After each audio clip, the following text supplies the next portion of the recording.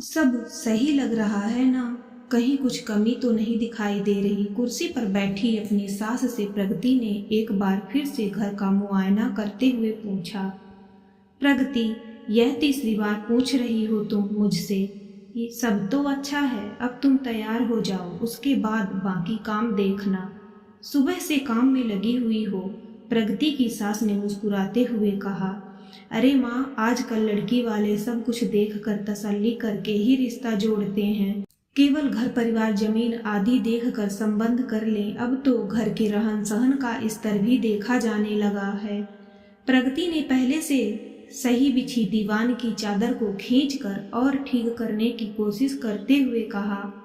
तभी उसकी नज़र बरामदे में रखे गमलों पर गई। आयुष, अभी तक ये गमले हटाए नहीं यहाँ से? मैंने कहा था ना कि इनको दीवार के किनारे कर दो ताकि जगह दिखाई दे। झुंझलाती हुई प्रगति खुद ही गमले खिसकाने लगी। मम्मी, थोड़ा सा तो सब्र किया करो। आ तो रहा था मैं, पापा कोई दूसरा काम बता देते हैं तो कभी दादू बगीचे में पानी देने की कहने लगते हैं, और नीतीश भाई के तो हाल ही मत पूछो। अभी से दूल्हा बनने की प्रैक्टिस करते हुए अपने सब काम मुझसे करवा रहे हैं। मैं अकेली जान क्या क्या करूं? आयुष नाटकीयता से बोला। हाँ रे, तू तो बहुत काम करता है, तू ना हो तो इस घर का भगवान ही मालिक है। प्रगति की सास ने मीठी सी झिझड़ी देते हुए कहा। तब तक आयुष प्रगति को हटाकर खुद गमले किनारे कर चुका था। कमर में खोसे पल्लू को निकालकर अपना माथा पोंछती हुई प्रगति दादी पोते की नोक-झोंक सुनकर मुस्कुरा रही थी। अब सब लोग तैयार हो जाओ, लड़की वालों के आने में थोड़ा ही समय बचा है। और बहू, तुम ये रसमलाई फ्रीज में रख दो, कुंजी लाल से लेकर आया हूँ। प्रगति के ससुर ने हाथ में पकड़ा थैला उसकी ओर बढ़ाते हुए कहा। मैं मंगवाने की सोच ही रही थी और आप ले भी आए। लेकिन बाबूजी, आप इतनी दूर क्यों गए? आयुष या नीतीश ले आते, प्रगति ने थैला पकड़ते हुए कहा। नीतीश के साथ स्कूटर पर गया था, कौन सा पैदल था? इसके भविष्य के होने वाले सास ससुर की खातिरदारी तो करनी ही पड़ेगी।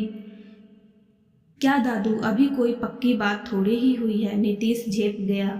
क्यों नहीं होगी? मेरे पोते में कोई कमी है क्या? लड़की भी हम लोगों को फोटो में पसंद आ गई थी और आज वह साथ में आ भी रही है। वैसे भी तेरे पापा के पक्के दोस्त साहनी ने इस रिश्ते की बात चलाई है। सब देख समझ कर ही वे उन लोगों को हमसे मिलवाने ला रहे हैं। मेरा दिल तो कह रहा है कि बात पक्की ही है, दादू ने कहा। अब देर मत करो, तैयार हो जाओ। सब साहनी लड़की वालों को लेकर आने ही वाला है। देर में ही लड़की वाले आ गए। यह राजीव जी यानी भव्या के पापा, उसकी मम्मी, ये हैं भव्या के चाचा जी, और यह आप समझ ही गए होंगे भव्या है। अब इनका परिचय भी दे दूं, ये विकास की उनकी पत्नी, उनके पिताजी, छोटा बेटा आयुष, और यह जनाब है नीतीश। साहनी जी ने मुस्कुराते हुए लड़की वालों का परिचय करवाया। उनके इस अंदाज ने भव्या और नीतीश को मुस्कुराने पर मजबूर कर दिया। दोनों ने एक दूसरे को चोरी से देखा और फिर नजरें हटा ली। भी अधिक सुंदर लग रही थी। प्रगति ने नीतीश की ओर देखा। उसका खिला खिला चेहरा बता रहा था कि भव्या उसे भी पसंद आई है। उनको बैठक में बिठाकर प्रगति पानी लेने के लिए रसोई में गई तो देखा उसकी सास पहले से ही वहां मौजूद थी। बहू, तू बाहर बैठकर उन लोगों से बात कर, मैं कम वाली के साथ चाय नाश्ता लगवा देती हूँ। माँ जी, आप बाहर चलिए ना, यहाँ का मैं देख रही हूँ। यह रिश्ते नाते की बातें आप ज़्यादा अच्छी तरह कर पाएंगी, प्रगति ने प्रतिवाद करते हुए कहा। मैं भी आती हूँ, लेकिन पहले तू बाहर जा। लड़के की माँ है तू, थोड़ा तो समझ। और आजकल के चाल चलन क्या है, यह सब तुम लोग ज़्यादा बेहतर जानते हो। अब सास बनने वाली हो तुम, चलो जाओ बाहर। सास के जोर देने पर प्रगति भी ड्राइंग रूम में आकर बैठ गई। थोड़ी बात करने के बाद उन लोगों ने नीतीश को भव्या के साथ बगीचा देखने के बहाने बातचीत का अवसर देने के लिए बाहर भेज दिया। चलिए बच्चे, अब आपस में एक दूसरे को समझ लें, बात आगे बढ़े। नीतीश के पापा ने मुस्कुराते हुए तो कहा।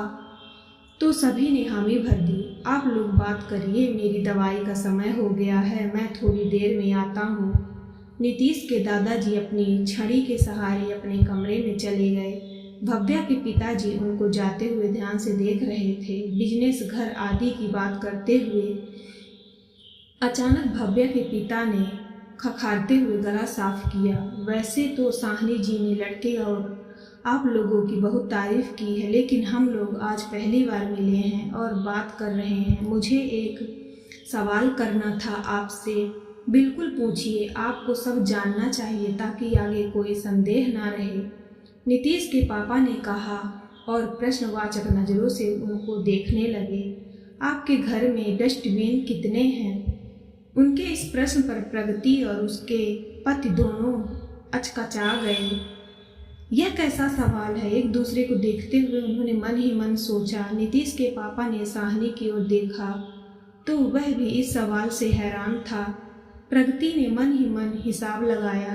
तीनों बाथरूम में, एक किचन में, 2 घर के बाहर सूखे और गीले कचरे के लिए। लड़की वाले उनके उत्तर की प्रतीक्षा में थे। कुछ 6 डस्टबिन हैं हमारे घर में, पर हम समझ नहीं पा रहे हैं कि आप डस्टबिन के बारे में क्यों पूछ रहे हैं।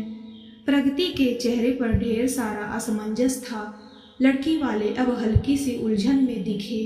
मुझे लगता है बहन जी, आप हमारे प्रश्न का अर्थ नहीं समझ पाई, भव्या की मम्मी ने कहा। तो प्रगति के साथ ही बाकी लोगों की नजरें भी उनकी ओर उठ गईं। अभी तक मोबाइल देख रहा आयुष भी हतप्रभ था और उसने मोबाइल साइड में रख दिया था। मैं सच में नहीं समझ पा रही। हमारे पूछने का अर्थ है कि आपके घर में कांच की बर्नी कितनी हैं? भव्या की मम्मी के पूछने पर प्रगति का दिमाग और भी अधिक चकरा गया।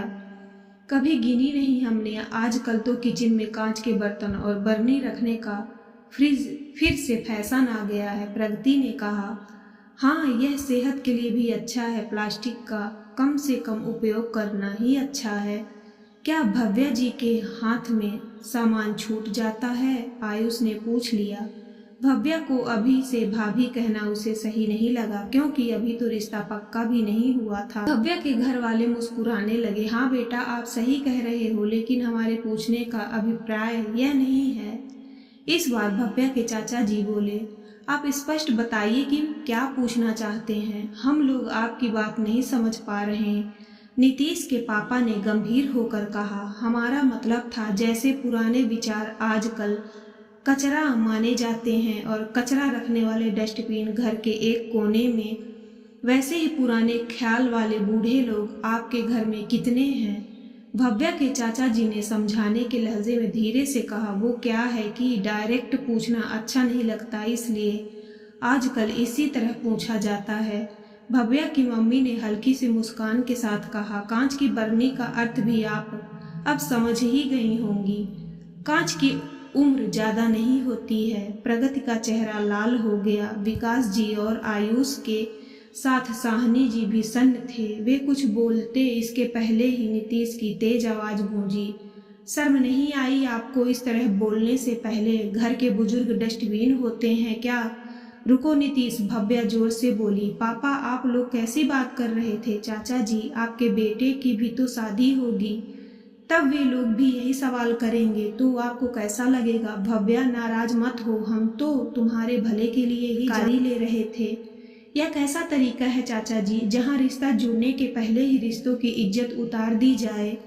रिश्ता केवल लड़के लड़की का नहीं जुड़ता है, बल्कि 2 परिवारों का भी जुड़ता है। भव्या के चेहरे पर दुख और शर्मिंदगी के भाव थे। आंटी जी, अंकल जी, हो सके तो हमें माफ कर दीजिएगा, अब हमें इजाजत दीजिए। राजीव जी, आपकी बेटी बहुत समझदार और प्यारी है, पर आपकी सोच का खामियाजा उसे उठाना पड़ रहा है। हो सके तो अपने विचार बदल कर देखिएगा। बुजुर्ग डस्टबिन नहीं होते, बल्कि वे हमारे लिए बरगद की छांव होते हैं। विकास जी ने देखा पर्दे के पीछे खड़े दादू और दादी को। नीतीश और आयुष हाथ पकड़कर बैठक में ला रहे थे और प्रगति अपने आंचल से आंसू पोंछ रही थी।